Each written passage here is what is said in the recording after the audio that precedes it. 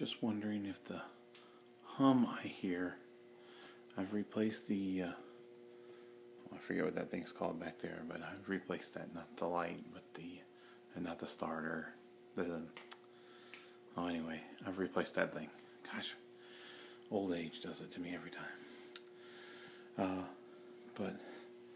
And I don't think it's this one because I've replaced this one as well. Someone said it could be the linear power supply making that noise. I guess I could open up the back and see if that's where the noise is coming from. But, the ballast. Wow. Old age is a trip. And I've already posted online about this.